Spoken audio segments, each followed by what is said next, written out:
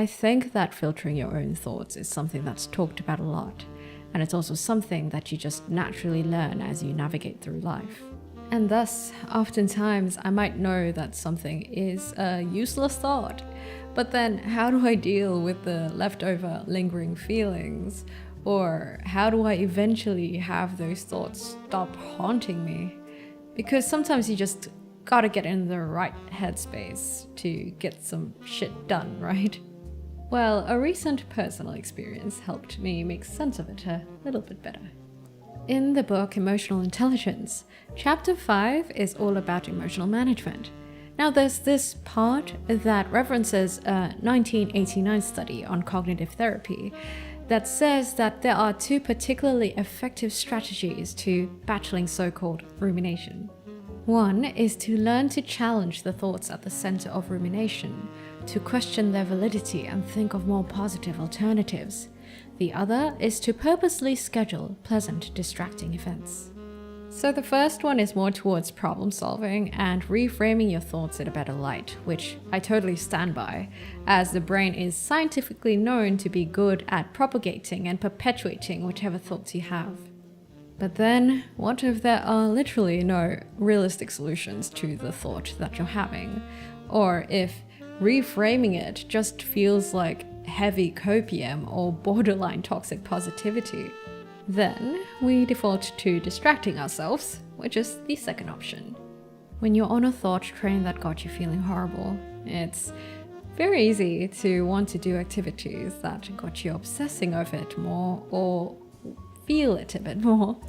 For example, the personal experience I mentioned, the thought of people not liking my model and thus it affecting my channel lived rent-free in my head for weeks.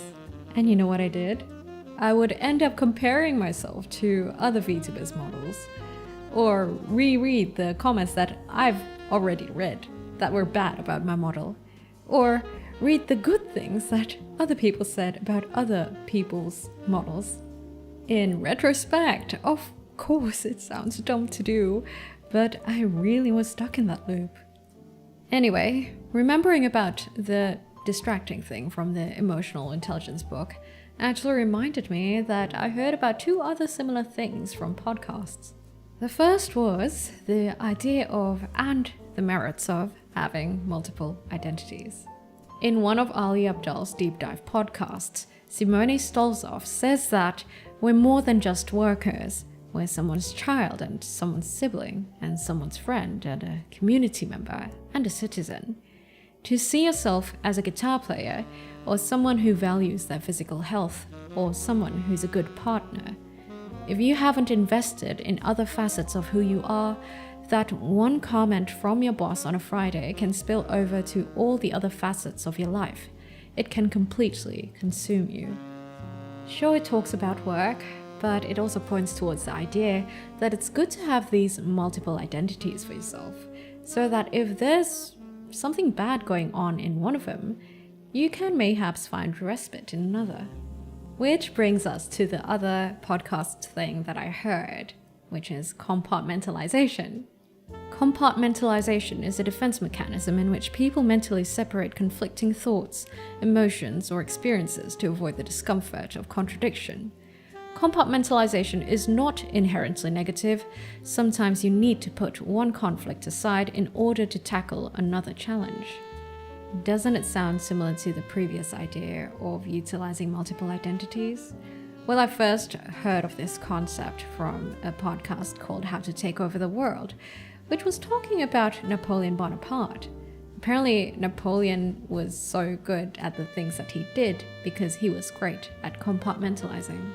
He once told a minister, "Different subjects and different affairs are arranged in my head as in a cupboard. When I wish to interrupt one train of thought, I shut that drawer and open another. Do I wish to sleep? I simply close all the drawers and there I am, asleep." I guess what I'm trying to say here with all of this is that the idea of interrupting your iffy thoughts via distracting yourself is one that's expressed via various methods and concepts. I don't want to delve into the technicalities and whatnots of it, because I think that's something that you guys can do in your own time if it piques your interest, but I just wanted to offer the bigger perspective. So that vtuber insecurity thing that I went through, despite knowing that preferences are a thing and respecting it, and also knowing that I didn't have realistic solutions to it anytime soon, I eventually got out of the bad loop. Once I decided that I didn't want my day-to-day mood to be dictated by something that was technically out of my control, I sought out different things, different focuses, such as wanting to be a good friend, and wanting to be a good cousin, wanting to be an improving singer, and wanting to be someone who has a healthier lifestyle. Thus, I scheduled catch-ups over drinks and board game nights, and took a cousin out to hang, and signed up for vocal coaching again, and also joined some Muay Thai and Pilates classes. And maybe that's something that you can explore too. Mayhaps you can ask yourself these questions when in a similar position.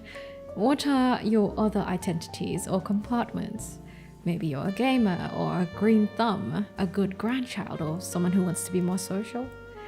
What can you do in these other departments that can bring about good vibes?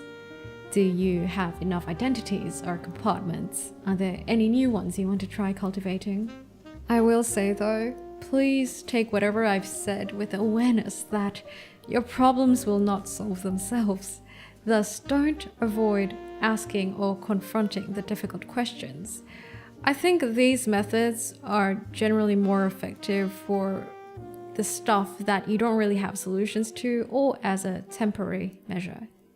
As this article puts it, compartmentalizing itself is not innately harmful. It becomes unhealthy when overused or relied upon as the sole coping mechanism, leading to emotional suppression, avoidance of underlying issues, and strained relationships. Striking a balance between compartmentalizing and emotional processing is crucial for maintaining your mental well-being. And also, I'm not a professional or a psychologist or anything, so do take everything that I've said with a grain of salt. That's why I quote and reference a lot of things. So if you want to check the sources, do check the description down below. Okay, so that was quite a bit. So let me wrap it up with a TLDR.